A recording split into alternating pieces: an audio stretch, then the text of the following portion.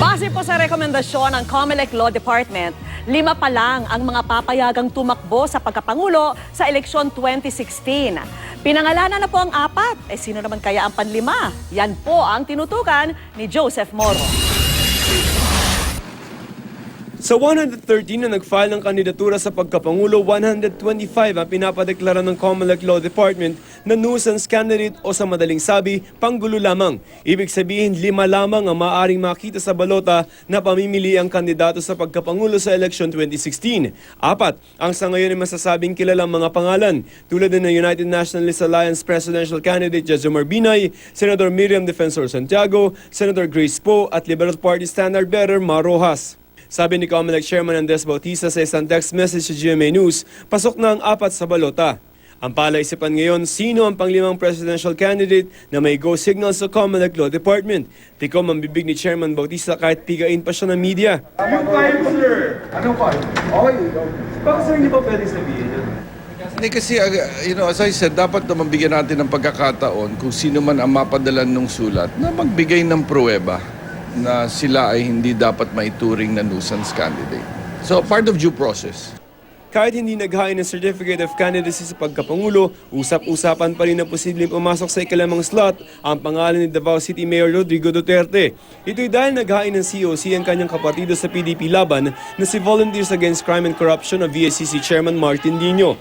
Sa patakaran kasi ng COMELEC, may hanggang December 10 ang lahat ng kandidato na voluntaryong umatras sa laban o at isubstitute o palitan ng sinumang kapartido.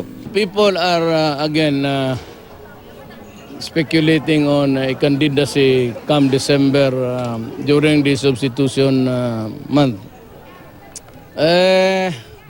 Para matapos na lang, walang ingay. Sige, tignan natin sa Disyembre.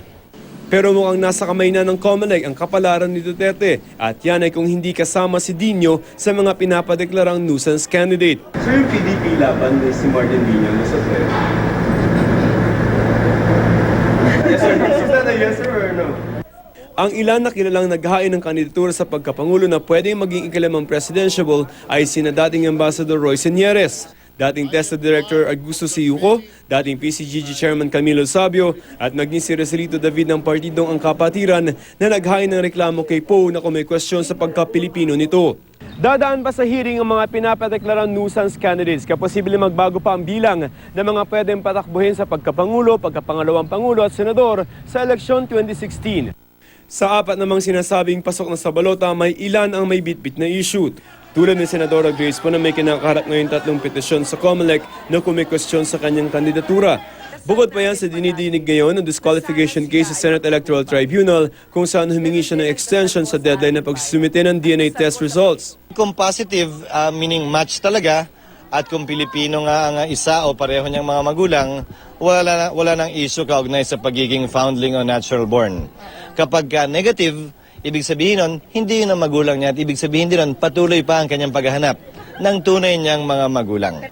Si Senadora Miriam Defensor Santiago naman tinatanong ng ilang sektor kung talagang gumaling na sa sakit niyang cancer. Tila hindi pa rin solido ang pakipagtandem niya kay Senador Bongbong Marcos. Hindi pa na-finalize lahat eh. Meron pa mga issue na kailangan pang i-decide. Wala naman sigurong problema kasi talagang kami